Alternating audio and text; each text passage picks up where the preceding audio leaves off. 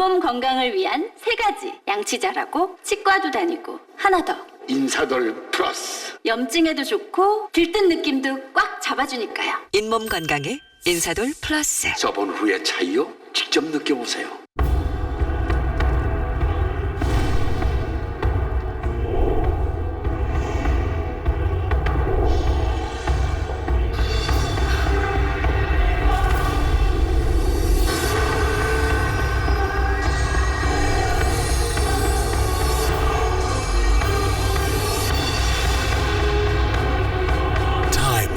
Charisma.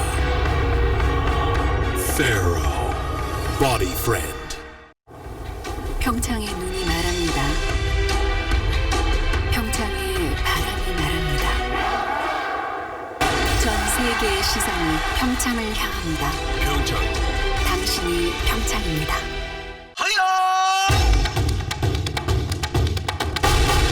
보라, 이것이 불맛이다.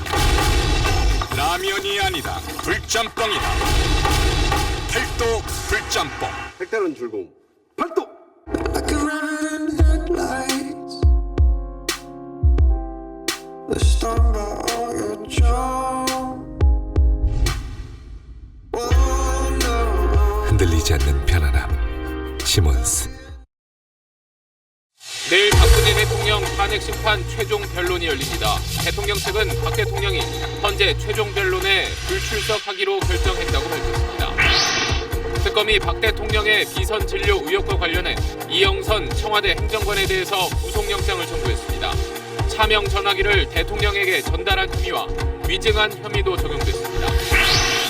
특검 수사 종료까지 이틀 남은 가운데 오늘도 황교안 권한대행은 답변 시한이 모레라면서 언제 발표할지는 심사숙고 중이라고 말했습니다.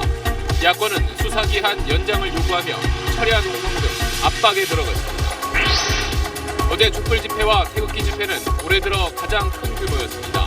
탄핵 찬성과 반대를 둘러싼 새 대결이 고조되면서 자칫 충돌로 이어지는 게 아니냐는 우려도 나오고 있습니다. 말레이시아 당국이 김정남의 사망 원인은 신경작용제 VX 중독이라고 공식 부인했습니다. 북한 대사관은 아무런 입장 발표 없이 침묵을 지켰습니다. 곰팡이 핀 감자나 유통기한이 지난 불량 식자재가 학교에 납품되고 있습니다. 그런데 식자재를 납품하는 대형 식품업체들이 학교 영양사들에게 백화점 상품권 같은 선물을 주고 납품을 따내온 것으로 드러났습니다. 여러 해에 걸쳐 한 쌍둥이 자매를 폭행하고 금품을 빼앗은 고교 동창생이 경찰에 붙잡혔습니다. 고교 1학년 때부터 시작된 괴롭힘은 졸업 이후에도 계속됐습니다. 단독 취재했습니다.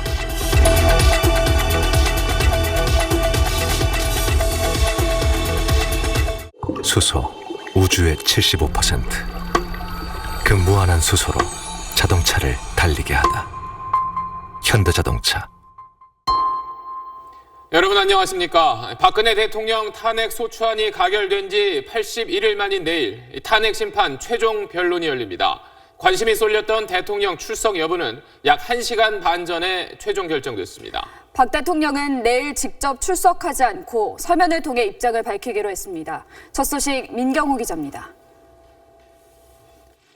박 대통령 측 대리인단은 오늘 저녁 6시 반쯤 대통령이 내일 최종 변론에 참석하지 않는다고 헌법재판소에 전화로 알려왔습니다. 대통령 측은 대신 내일 서면을 통해 대통령의 입장을 담겠다고 밝혔습니다. 다만 대통령 측은 대통령이 출석하지 않는 정확한 이유는 자신들도 알지 못한다고 전했습니다. 그동안 대리인단 내부에서는 찬반 의견이 갈리긴 했지만 출석하자는 쪽이 더 많았습니다. 청와대 참모진에서도 출석을 권하는 의견이 많은 것으로 전해졌습니다.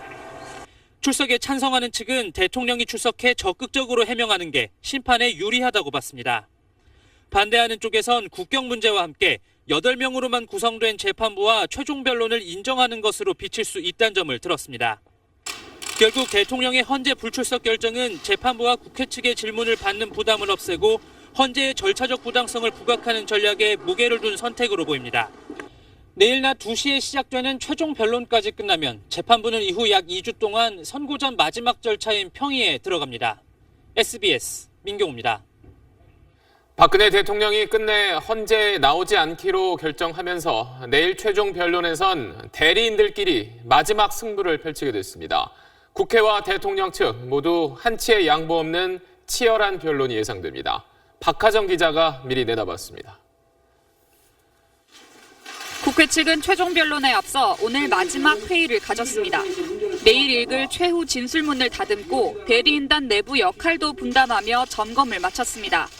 내일 최종 변론에서 어떤 내용으로 우리 국회의 주장, 그다음에 국민들의 여망을 전개할 것인가에 대해서 서로 머리를 맞대고 국회 측은 특히 탄핵 사유가 대통령이 파면돼야 할 만큼 중대하다는 점을 강조하며 탄핵 인용 결정의 필요성을 조목조목 주장할 것으로 보입니다. 대척점에 서 있는 대통령 측은 최종 변론으로 받아들일 수 없다는 입장을 거듭 주장할 것으로 보입니다. 국회가 탄핵 소추안 의결 전에 충분한 조사를 하지 않아 적법 절차를 지키지 않았고 헌재 재판관 전원인 9명이 아닌 상태에서 평의와 선고까지 하면 재심 사유라는 겁니다. 7인 재판의 위험성이 이제 사라졌으니까 변론을 제기하여 좀 더 신중한 심판을 해주기를 기대하고 있습니다. 이에 대해 국회 측은 8인 또는 7인 재판관 체제에서도 헌재가 결정을 내놓은 적이 있다고 반박했습니다. 최종 변론을 인정하지 않는 대통령 측 대리인단 일부는 집단 사임이나 심판정 퇴정도 염두에 두고 있는 것으로 알려졌습니다.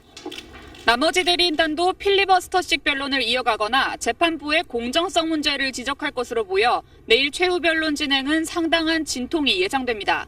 SBS 박하정입니다. 그렇다면 13년 전 노무현 전 대통령 탄핵 심판 당시 최종 변론은 어떻게 진행됐을까요? 그때는 지금과 반대로 국회 쪽이 시간이 더 필요하다고 주장했고 반대로 대통령 측은 예정대로 진행하자고 맞섰습니다. 2004년 당시 상황을 임찬종 기자가 전해드립니다. 2004년 4월 30일은 노무현 전 대통령 탄핵 심판 사건의 최종 변론 기일이었습니다. 당시 대통령 측과 국회 측은 상반된 입장을 내놨습니다. 자꾸 그 논란을 벌리고 또 기일을 또 끌고 그렇게 하고 싶어하는 것 같습니다만 증거 채택을 또 하게 되고 우리 주장이 받아들여지면 또 늦어질 수도 있죠. 당시엔 국회 측이 변론을 더 해야 한다고 주장했고 대통령 측은 예정대로 최종 변론을 하고 선고해야 한다는 입장이었습니다. 재판에 들어가서도 국회 측은 추가 증거 채택이 필요하다며 최종 변론을 하면 안 된다고 주장했고 대통령 측은 탄핵 소추와 관계없는 자료라며 예정대로 진행하자고 주장했습니다. 최종 변론이 시작된 뒤 국회 측은 예정된 시간 30분을 무시하고 6명이 돌아가면서 탄핵 사유를 하나하나 설명하기도 했습니다. 이에 대해 대통령 측이 다시 소송 지연 전술이라고 항의했고 재판부가 나선 후에야 2시간 만에 국회 측 변론이 끝났습니다. 내일 박 대통령 탄핵 심판 최종 변론은 국회와 대통령 측 입장이 정반대로 바뀐 상황에서 13년 전과 비슷한 양상으로 전개될 가능성이 커 보입니다. 당시 최종 변론이 끝나고 정확히 2주 뒤 헌재는 탄핵 소추 기각 결정을 내렸습니다. SBS 임찬종입니다. 네, 그럼 여기서 법조팀 이한석 기자와 남는 의문점 정리해 보겠습니다.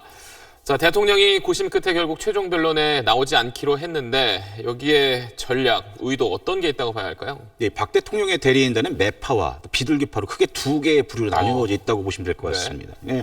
이 매파는 이른바 대통령이 출석을 하게 되면 헌재 결정을 인정해주는 꼴밖에 되지 않는다라는 강경 기류가 있다고 보시면 될 것 같고, 비둘기파는 헌재 결정은 존중은 해야 된다. 하지만 대통령이 출석을 해서 직접 소명을 하는 게 재판에 유리할 수 있다라고 보는 시각입니다. 하지만 결과적으로 대통령 불출석 결정이 내려졌다라는 것은 헌재 결정은 인정하지 않겠다는 이 매파의 논리에 박 대통령이 손을 들어준 셈이 되는 거죠. 그러니까 정치적으로 보면 강경기류라는 게 대통령의 이 지지층을 결집하는 효과는 분명히 있을 수도 있습니다. 하지만 중요한 건 헌재 결정에 실효적인 어떤 역할을 할 수는 없다. 이렇게 보시면 될 것 같습니다. 결국 말씀하신 대로 헌재 탄핵 심판을 믿을 수 없다. 이런 뜻을 이제 대통령 측이 내비친 걸로 보이는데 그렇습니다. 결국 헌재 그럼 출석을 해도 실질적 이익이 없다 이렇게 판단한 걸까요? 근데 결국 이 재판정에서 박 대통령이 나왔을 때 국회 측 대리인이나 아니면 헌재 재판관들의 이 송곳 질문을 상당히 부담스러워했던 게 아닌가 이렇게 좀 추정이 되고 있고요. 일전에 박 대통령 측 대리인단이 헌재 재판관들에게 출석은 하겠다. 하지만 질문을 받지 않고 의견만 개진하는 게 어떻겠느냐라고 얘기했다가 거절을 당했단 말이죠. 그러니까 대통령 입장에서는 출석을 했을 경우에 실익이 있어야 되는 거지만 그렇죠. 그러니까 다시 말하면 대통령이 출석을 했을 때 최순실에게 본인은 이용을 당했다. 그러니까 탄핵을 받을 정도로 국정농단을 좌초하지 않았다라는 어떤 논리적인 관철을 시켜야 되는 건데 현재까지 드러난 명분들을 들어봤을 때는 대통령의 논리적 허점이 드러날 수밖에 없다. 다시 말하면 혹을 때려고 갔다가 오히려 혹을 붙이고 올 수도 있는 상황이 올 수도 있다라는 걸 우려했던 것으로 보입니다. 그리고 아까 이제 대통령 측의 대리인 내부에서도 이제 강경파와 온건파로 나눈다고 얘기를 하셨는데 이 총사퇴한다는 이야기도 나왔었어요. 만약 이럴 경우에는 최종 변론기일 내일은 변화 없이 그대로 가는 건가요? 이미 석 달 가까이 변론이 상당히 진행이 됐기 때문에 어느 정도 탄핵 심판에 대한 쟁점 정리 상당히 이루어졌습니다. 그리고 내일 최종 변론 기일 같은 경우에도 대통령 대리인단이 총 사퇴를 하더라도 최종 변론 기일의 효력은 문제가 없을 것으로 보입니다. 여기에 그동안 수많은 변수들이 있었고 이 상당한 돌발 상황이 있었습니다만 지금은 현재 정리돼 가고 있는 상황이기 때문에 큰 틀에서 봤을 때 이 헌재의 탄핵 선고 시간표에는 큰 지장은 없을 것으로 보입니다. 네, 오늘 소식 잘 들었습니다. 네, 이번엔 특검으로 가보겠습니다. 특검이 박근혜 대통령의 비선 진료 의혹과 관련해서 이영선 청와대 행정관에 대해 구속영장을 청구했습니다. 현장 취재기자 연결합니다. 윤나라 기자. 네, 특검 사무실에 나와 있습니다. 네, 특검의 1차 수사기한 이제 이틀 남았는데 이 시점에서 왜 구속영장을 청구한 거죠? 네, 이영선 행정관은 박근혜 대통령과 최순실 씨 사이에서 심부름꾼 역할을 해왔습니다. 박 대통령과 최 씨가 500여 차례 통화했다는 차명 휴대전화를 개통한 장본인이기도 합니다. 이 행정관은 성형외과 의사인 김영재 원장과 주사 아줌마로 불리는 무면허 의료업자를 청와대 안으로 들여보낸 혐의를 받아왔습니다. 특검으로선 비선 진료뿐 아니라 세월호 7시간 의혹과 관련해서도 조사할 게 많은 수사 대상인 셈입니다. 그런데 여러 차례 소환에 불응해오던 이 행정관이 특검에 나와서도 비협조적인 태도를 보이자 증거인멸이나 도주의 우려가 크다고 보고 특검이 구속영장을 청구한 것으로 보입니다. 네, 그러면 또 삼성 이재용 부회장 소식도 알아보겠습니다. 어제에 이어 오늘도 특검에 소환됐는데 삼성 2인자 최지성 부회장도 함께 나왔다고요? 네, 이재용 부회장은 구속 이후 5번째로 오늘 특검에 나왔습니다. 지난달 참고인으로 조사받은 최재성 미래전략실장도 피의자 신분으로 다시 소환됐습니다. 삼성의 총수와 2인자가 동시에 불려 나온 겁니다. 특검은 뇌물죄와 관련된 삼성 관계자들을 직접 재판에 넘길 방침인데 기소를 앞두고 뇌물 혐의와 관련된 막바지 보강조사 차원에서 두 사람을 함께 부른 것으로 보입니다. 지금까지 특검 사무실에서 전해드렸습니다. 네, 야권은 특검의 수사 기간을 연장하라며 황교안 권한 대행을 압박하고 나섰습니다. 직접 총리 공관을 찾아가고 또 국회에서 철야 농성에도 들어갔는데 황교안 대행은 언제 발표할지 심사숙고 중 이렇게만 말했습니다. 이 소식은 김용태 기자입니다. 심상정 대표를 비롯한 정의당 지도부가 총리 공관 앞에서 오전 10시부터 농성에 들어가자 1시간 40분 만에 황교안 권한대행이 나왔습니다. 특검 수사기간 연장을 승인하라는 요구에 황 대행은 모레 28일까지 시간이 있고 여러 의견을 듣고 있다며 즉답을 피했습니다. 언제 특검 연장과 관련된 자신의 입장을 표명할지는 아직까지 더 심사숙고 중이다, 이런 답변을 했고요. 먼저 행동에 나선 건 국민의당입니다. 주승용 원내대표가 그젯밤부터 국회 본회의장 앞에서 철야 농성한 데 이어 오늘 밤부턴 당 소속 의원들도 가세하기로 결의했습니다. 국민을 무시하고 대통령 코스프레만 하고 있고 국회를 보고 마치 조소하는 것 같았습니다. 민주당도 내일 의원총회를 열어 황 대행을 압박하기로 했습니다. 선택지는 단 하나, 특검 연장뿐입니다. 고려할 것도 단 하나, 오직 민심입니다. 바른정당은 특검법에 동의했던 자유한국당이 수사기간 연장에 반대하는 것은 국민에 대한 기본적인 약속을 어기는 것이라고 비판했습니다. 황 대행이 수사기간 연장을 거부하면 철저한 진상규명을 요구하는 민심과 야권의 강한 반발에 부딪히겠지만 구체적 언급을 피하는 지금까지 태도로 봐선 승인 거부에 무게가 실리는 상황입니다. SBS 김용태입니다. 어제 열린 촛불 집회와 태극기 집회는 올해 들어 가장 큰 규모였습니다. 양쪽 모두 이번 주 수요일인 3.1절에 다시 한번 대규모 집회를 예고한 상태입니다. 탄핵 찬성과 반대를 둘러싼 갈등이 고조되면서 자칫 충돌 우려까지 나오고 있습니다. 이호건 기자입니다. 헌법재판소 최종 변론을 이틀 앞둔 어제 탄핵 찬성 촛불 집회엔 주최 측 추산 100만여 명의 시민이 모였습니다. 탄핵 반대 측인 태극기 집회의 결집에 대한 우려가 다시 100만 촛불 집회를 이끌어냈습니다. 분위기가 많이 안 좋아졌고 헌재 발표도 가까워지고 해서 좀 작게나마 힘보태려고 나왔어요. 태극기 집회 측은 300만 명이 모였다고 주장하며 헌재가 탄핵을 인용할 경우 굴복할 가능성까지 내비쳤습니다. 무조건 헌재의 결정에는 승복해야 된대요. 이게 조선시대입니까 지금 우리가? 양반이 복종하라 그러면 복종하는 우리가 노예입니까? 경찰이 경력 17,000명을 투입해 양측을 갈라놓아 큰 충돌은 없었지만 곳곳에서 산발적인 실랑이가 벌어지기도 했습니다. 양측 간 긴장은 오는 3.1절 최고조에 이를 전망입니다. 3.1절 당일 각각 대규모 집회를 예고한 양측 모두 청와대 방향 행진을 계획하고 있기 때문입니다. 일단 당일 청와대 행진은 태극기 집회 측이 먼저 신고해 선점한 상태입니다. 집회에 이어 오후 늦게까지 청와대 행진을 한다는 계획입니다. 촛불 집회 측도 5시쯤 광화문에서 집회하고 청와대 행진을 하겠다고 밝혔지만 경찰은 양측 간 충돌을 우려해 집회만 허가한 상황입니다. SBS 이호건입니다. 네, 그런데 어제 서울광장에서 열린 태극기 집회에서 대통령 탄핵이 인용될 경우 심각한 사태가 벌어질 거라는 발언들이 나왔습니다. 박원순 서울시장은 이걸 백색 테러로 규정하고 대응 방안을 고민하겠다고 밝혔습니다. 심영구 기자입니다. 어제 오후 태극기를 든 시민들로 가득 찬 서울광장. 무대에 오른 인사들의 발언 수위는 격했습니다.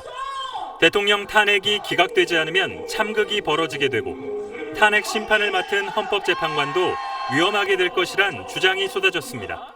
우리는 아스팔트에 피를 흘릴지 모르지만 어마어마한 참극을 보게 될 것입니다. 지금 대통령이라는 헌정 전체를 파괴시키는 겁니다. 당신들 아무도 누구도 보장해주지 못합니다.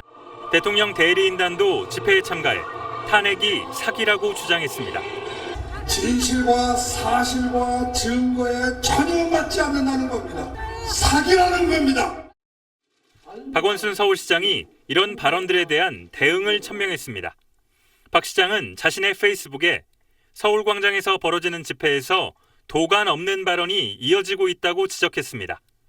박 시장은 이어 살인과 테러 주창, 내란 선동이 계속된다면 좌시하지 않을 것이라며 모든 방법을 고민하겠다고 밝혔습니다.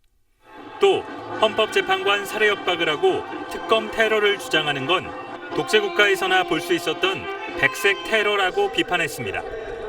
오늘 충북 청주에서 열린 태극기 집회에선 한 대학생이 땅에 떨어진 태극기를 불태운 혐의로 경찰에 붙잡혔습니다.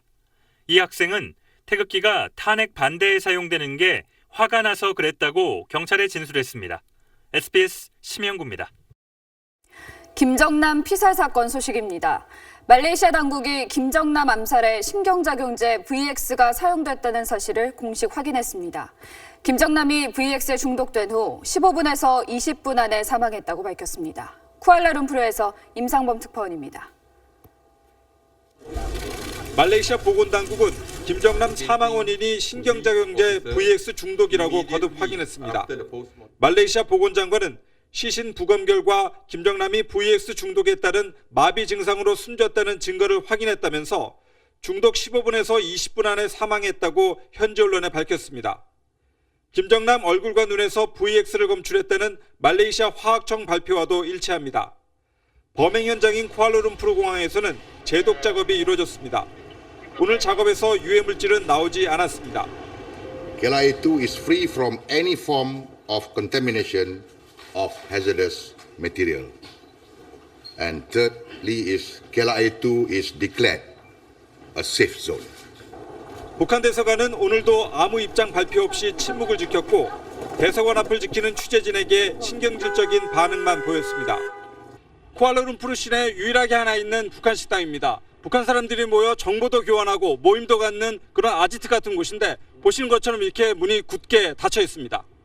Why not open today? The North Korean people still working in here? Yeah, so no. VX의 제조 또는 반입에 개입한 정황이 명백히 드러날 때까지 일단 버티자는 의도로 풀이됩니다. 쿠알라룸푸르에서 SBS 임상범입니다. 앞서 보신 것처럼 결국 암살에 사용된 VX를 누가 어디서 어떻게 만들었는지가 사건의 핵심 열쇠입니다. 말레이시아 경찰은 VX가 말레이시아 내에서 제조됐을 가능성도 조사하고 있습니다. 이어서 한세현 기자입니다. 말레이시아 경찰은 지난 22일 쿠알라룸푸르 시내 한 콘도를 압수수색했습니다. 누군가 이곳에서 화학물질을 제조한다는 첩보에 따른 것입니다. 현장에서 발견된 건 성분이 확인되지 않은 화학물질과 신발, 장갑, 주사기 등입니다. 이곳은 앞서 체포된 북한 화학 전문가 리정철 주거지와도 차로 10분 거리에 불과합니다. 말레이 경찰은 특히 콘도 임대자 신원에 주목합니다. 이 콘도가 도주한 북한 용의자 4명의 명의로 임대돼 있었다는 설명입니다. 말레이 경찰은 김정남 암살에 쓰인 VX가 이곳에서 제조됐을 가능성을 배제하지 않고 있습니다. Well, then we will investigate. There will be a subject of our investigation too. 체내 흡수가 빠르고 몇 분 만에 강한 독성을 유발하는 VX의 화학적 특성을 고려할 때 범행에 쓰인 VX는 말레이시아 현지에서 제조됐을 가능성이 크다는 분석입니다. 말레이 경찰은 압수물에 대한 성분 분석을 화학청에 의뢰한 상태입니다. VX 관련 물질이 검출된다면 이번 사건의 배후가 북한임을 더욱 뚜렷하게 지목하는 셈입니다. SBS 한세연입니다. 2살 배기 아들을 때려 숨지게 하고 시신을 유기한 20대 아버지가 사건이 발생한 지 2년 만에 경찰에 구속됐습니다. 하지만 시신을 찾지 못하고 있고 피의자인 아버지가 진술을 계속 바꾸고 있어 수사가 어려움을 겪고 있습니다. 원종진 기자입니다. 26살 강모 씨는 2년 3개월 전 전남 여수시 자택에서 2살 배기 아들을 때려 숨지게 하고 시신을 유기한 혐의로 구속됐습니다. 경찰이 아이 시신 등 물증은 찾지 못했지만 강 씨 부부와 주변인 진술, 거짓말 탐지기 조사 등을 종합해 법원이 혐의를 인정한 겁니다. 강 씨는 여전히 진술을 바꾸고 있는 것으로 전해졌습니다.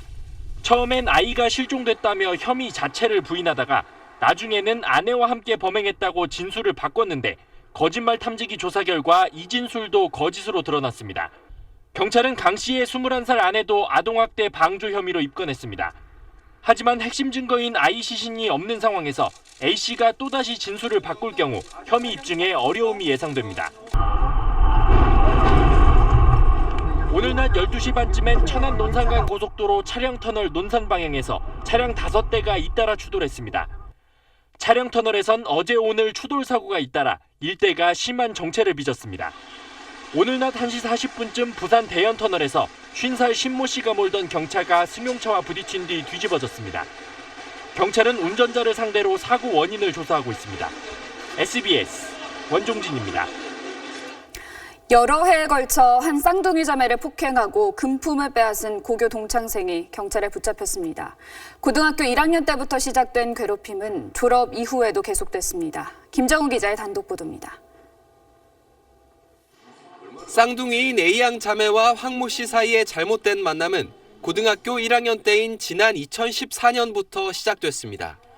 황 씨는 같은 고등학교에 다니던 자매에게 춤을 가르쳐주겠다며 접근한 뒤 돈을 요구하기 시작했습니다. 월요일에도 달라고 그러고 화요일에도 맨날 달라고 그러고 이랬지. 다 합쳐서 30만 원. 일주일에? 돈을 구해오지 않으면 시도 때도 없이 때렸고 손에 반지가 이렇게 목에서 껴져 있었어요. 그걸로 맞아가지고 밥을 잘 안 먹었었어요. 간절히 넘어가고. 자매가 전화를 받지 않으면 문자 메시지를 보내 협박하거나 자신의 SNS에 자매 이름을 올리고 찾고 있다며 공개 수배를 하기도 했습니다. 잠을 못 잤어요, 잘. 진동이 울리면 그게 환청이 들려요. 장애가 있는 홀어머니 밑에서 자란 자매는 자신들의 집 주소까지 알고 있던 황 씨의 보복이 두려워 경찰 신고를 미뤄왔습니다. 이후 황 씨는 감당할 수 없는 요구를 했습니다. 갑자기 8천 8,600만 원을 내놓으래요. 지금 당장 내놓으라. 그 소파들, 팔들 해서 내놓으라고 해가지고. 이런 방식으로 3년 동안 자매가 빼앗긴 돈은 지금까지 확인된 것만 500여만 원. 결국 자매는 경찰에 이 사실을 알렸고 황 씨의 악행이 드러났습니다. 경찰은 자매의 통장에서 황 씨의 통장으로 돈이 흘러간 이체 내역을 확보했고 황 씨는 혐의 사실을 대부분 인정했습니다. SBS 김정우입니다.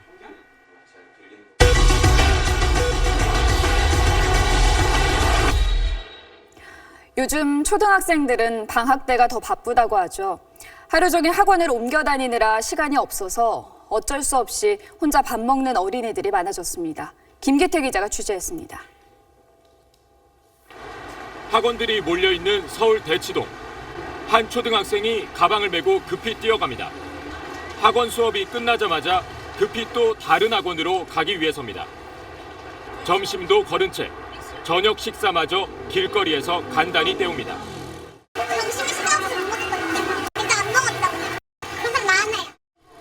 밤 9시 학원 수업을 마친 학생들이 근처 김밥집이나 패스트푸드 가게로 몰려가는 시간입니다. 쉬는 시간 동안 잠깐 짬을 내 늦은 저녁을 먹거나 다른 학원으로 가기 전에 배고픔을 달래려는 겁니다. 서울의 학원 밀집 지역에선 이른바 초등학생 혼밥 쪽을 쉽게 볼 수 있습니다. 집밥 대신 외식을, 그마저도 혼자 먹는 겁니다. 왜 혼자 밥 먹어? 집에서 안 먹고? 몇 시까지 학원해? 10시. 결국은 대인관계가 힘들어지기도 하고 자기 혼자만의 행동을 많이 하게 됨으로 인해서 고립적인 생활을 한다거나.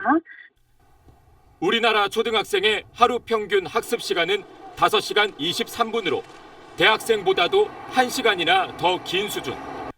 한국 학생들의 학습 능력은 핀란드에 이어 세계 2위지만 어린이 청소년 행복 지수는 OECD 국가 가운데 꼴찌입니다. SBS 김기태입니다.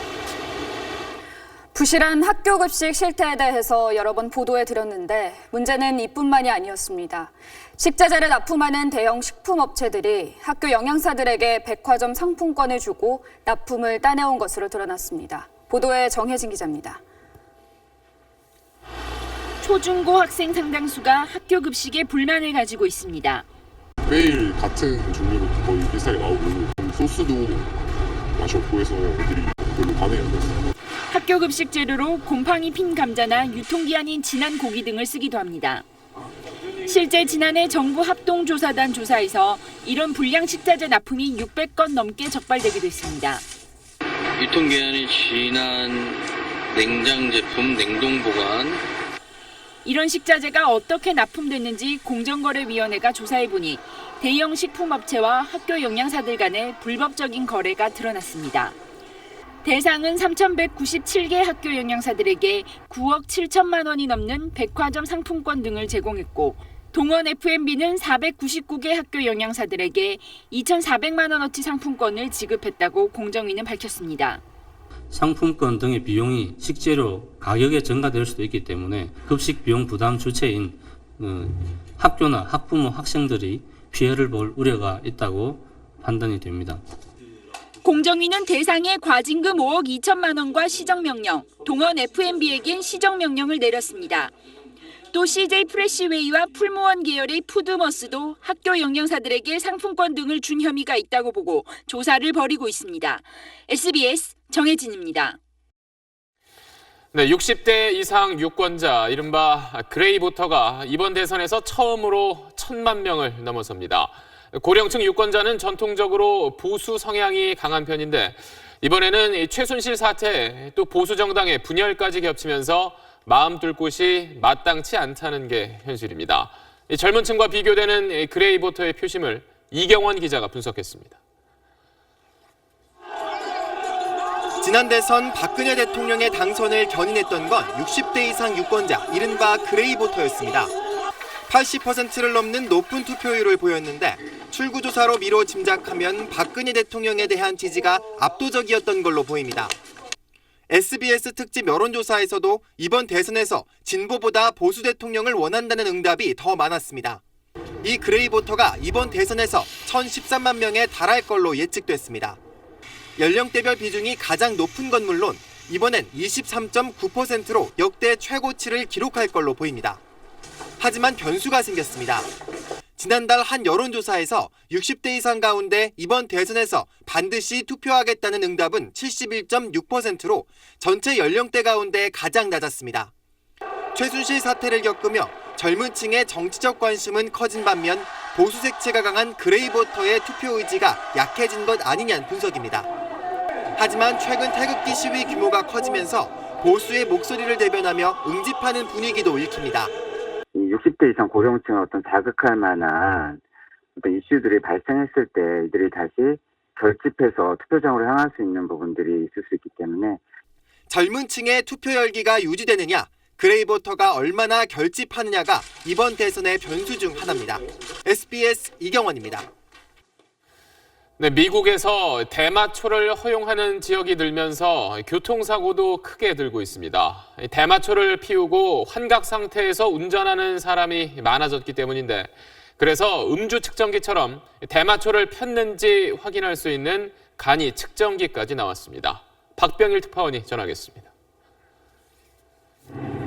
비틀비틀 차선을 넘나드는 흰색 SUV. 환각 상태에서 운전하는 겁니다. 충돌 위기를 몇 차례 넘기더니 결국엔 길 밖으로 곤두박질 칩니다. 고속도로를 지그재그 달리던 이 트럭도 중심을 잃고 맞은편 차선까지 가로질러 나뒹굴고야 맙니다. 캘리포니아주에서 해마다 발생하는 치명적인 교통사고의 40%가량이 마약이나 대마초가 원인입니다. 특히 대마초가 합법화된 주가 늘면서 사고도 증가하는 추세입니다. In California, we know that 36% of fatally injured drivers tested positive for drugs, with marijuana being the most prevalent. 해마다 음주나 환각운전으로 미국에서 10,000명이 목숨을 잃지만 이런 환각운전을 미리 잡아낼 뾰족한 수가 없다는 게 문제입니다. So now we're very dependent upon the observations of the officers and the training of the officers to try to do it without that tool. UC 버클리 연구팀이 개발한 측정기입니다. 음주 측정기처럼 불면 호흡에 포함된 성분을 분석해 대마초 흡연 여부를 확인할 수 있습니다. 소변이나 혈액 검사보다 빠르고 정확합니다. 캘리포니아주는 시험 과정을 거쳐 이 장비의 현장 배치를 적극적으로 추진하기로 했습니다. 로스앤젤레스에서 SBS 박병일입니다. 윤동주 시인 탄생 100주년을 맞아 올해는 다양한 기념 행사가 열리고 있습니다. 그의 삶과 작품을 되돌아보는 건 좋지만 연고가 없는 지자체들까지 너도 나도 윤동주라는 이름을 남용한다는 지적도 나오고 있습니다. 류란 기자가 취재했습니다. 서울 은평구가 짓고 있는 가칭 신사동 공공도서관입니다. 구청은 이 도서관 명칭에 윤동주 시인의 이름을 넣으려 추진 중입니다. 근처 숭실중학교가 시인 윤동주가 다녔던 숭실학교의 후신이라는 이유에서입니다. 하지만 숭실학교는 시인이 다녔던 1935년엔 평양에 있었고 이후 서울 성동구, 용산구를 거쳐 40년 뒤에야 은평구로 옮겨왔습니다. 유족들은 관련성이 없다며 시인의 이름을 빼달라 요청했지만 구청은 유족을 설득하겠다는 입장입니다. 다른 문학인을 넣어도 되는데 왜 꼭 윤동주를? 네, 그거는 제가 답변을 드리기가 조금 계속 협의를 통해서 가능적으로 이렇게 설득을 하고자. 종로구의 윤동주 시인의 언덕도 마찬가지입니다.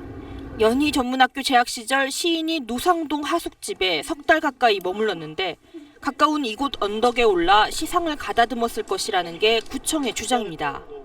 학자들은 하지만 기록에 없고 당시엔 지금처럼 길이 없었다고 말합니다.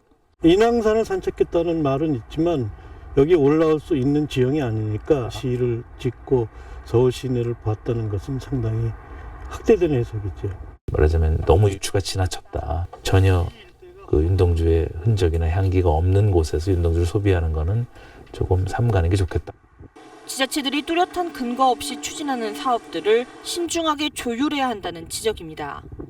SBS 유란입니다.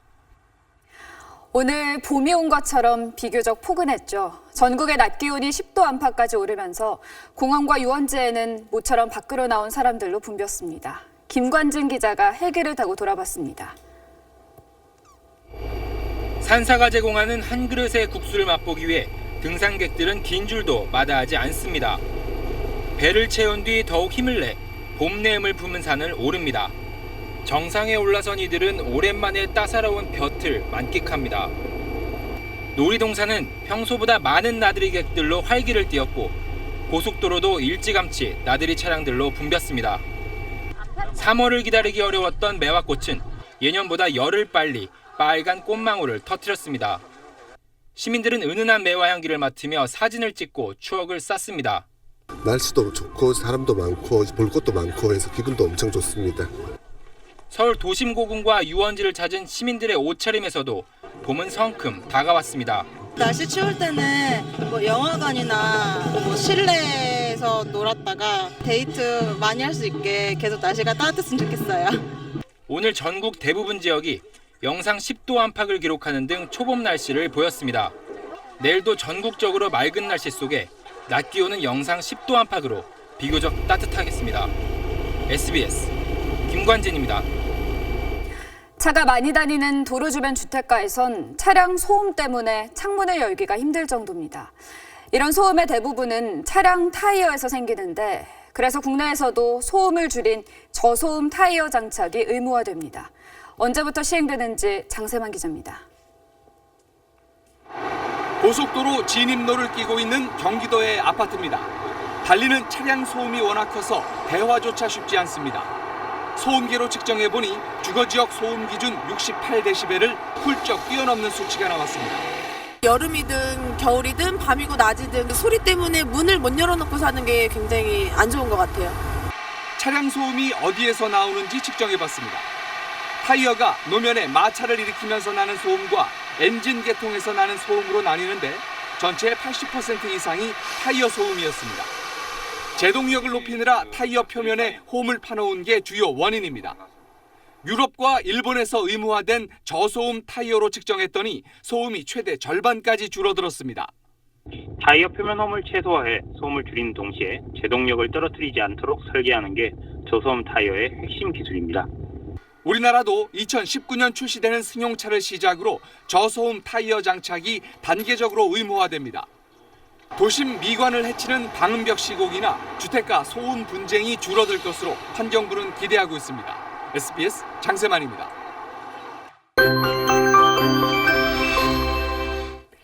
오늘도 낮에는 봄 향기가 느껴져서 활동하기 좋으셨죠. 내일도 전국이 10도 안팎까지 올라서 온화한 날씨가 이어지겠습니다. 다만 아침 기온이 오늘보다 조금 낮게 출발하면서 일교차가 더 크게 벌어지겠는데요. 서울은 11도, 충남 서산에선 16도나 되겠습니다. 출근길 옷차림에 신경 쓰셔야겠습니다. 또 공기가 탁한 곳도 있겠습니다. 중서부 지방에선 내일 오전에 먼지 농도 일시 나쁨 수준을 볼 수 있겠습니다. 내일 중부지방 대체로 맑겠고요. 낮 기온은 서울이 9도, 대전은 11도까지 오르겠습니다. 경상 동해안과 제주도에선 5mm 안팎의 비가 조금 내리겠고요. 그 밖에 남부지방 대체로 맑겠습니다. 한낮은 오늘만큼 기온이 오르겠습니다. 당분간 큰 추위 걱정 없겠지만 3일절엔 전국에 눈비 소식이 있고요. 목요일 오전까지 이어질 전망입니다. 날씨였습니다. 저희는 토요일에 다시 찾아뵙겠습니다. 고맙습니다.